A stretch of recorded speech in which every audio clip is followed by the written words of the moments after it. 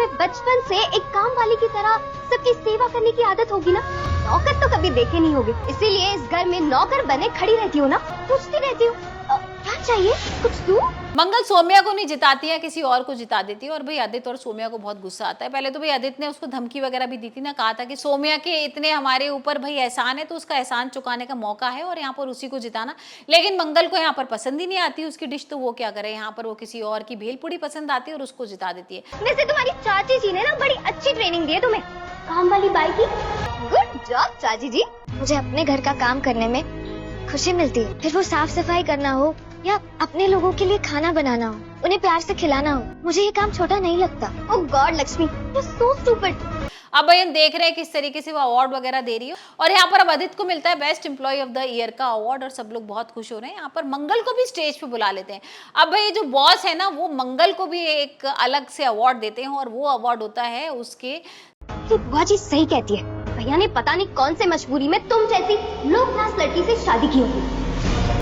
Expensive sari पहनने से औकात नहीं बदलती।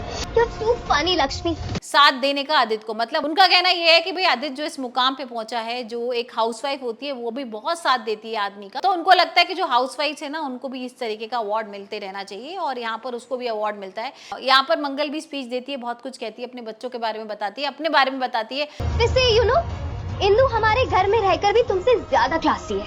आइडिया, तुम एक काम क्यों नहीं करती, तुम उसकी असिस्टेंट बाई बन जाओ, तुम पर वही सूट करता है। आदित्य के बारे में बताती है, लेकिन आदित्य को ना बहुत गुस्सा आ रहा है। वो बार बार ये बोल रहा है कि मेरी कितनी बेइज्जती करा रही है मंगल और ये सब कुछ क्या करना पड़ रहा है मेरे को।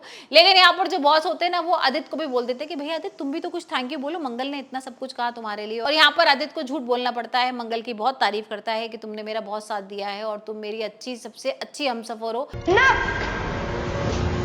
बदतमीज, जो मुंह में आए वो बोलती चली जा रही हो तुम। Behave yourself. और अम्मा को भी थैंक यू बोलता है कि अगर आप मेरी इससे शादी नहीं कराती तो मैं आज इस मुकाम तक नहीं होता। और यहाँ पर आई लव यू भी बोल देता है, जिसके बाद भाई सौम्या उठ के चली जाती है। वहीं दूसरी तरफ हम देख रहे हैं कि भाई लक्ष्मी के घर हंगामा हो रहा है। यहाँ पर पहले बुआ वगैरह घर छोड़ के चली गई है, लेकिन लक्ष्मी और जो कार्तिक है वो रोक लेंगे। लेकिन यहाँ पर निधि बदतमीजी कर देती है लक्ष्मी के साथ। जैसे वो किचन में पहुंचती है ना तो यहाँ लक्ष्मी खाना वगैरह बना रही होती है और वो कहती है अरे नौकरानी की जगह तुम कैसे काम कर रही हो, तो बोलती है वो छुट्टी लेके चली गई है। तो यहाँ वो उसकी ना साड़ी वाड़ी पकड़ के बोल देती है कि तुमने तो बड़ी एक्सपेंसिव साड़ी पहन रखी है और साड़ी पहनने से किसी की औकात नहीं चली जाती है, तुम वैसे भी ना नौकरानी ही हो और तुम एक काम करो, जो मेरी नौकरानी है ना उसकी असिस्टेंट बन जाओ क्योंकि तुम यही काम में माहिर हो। यहाँ पर ये सारी चीजें ना गायत्री सुन रही होती है और गायत्री आके निधि को बहुत डांट देती है।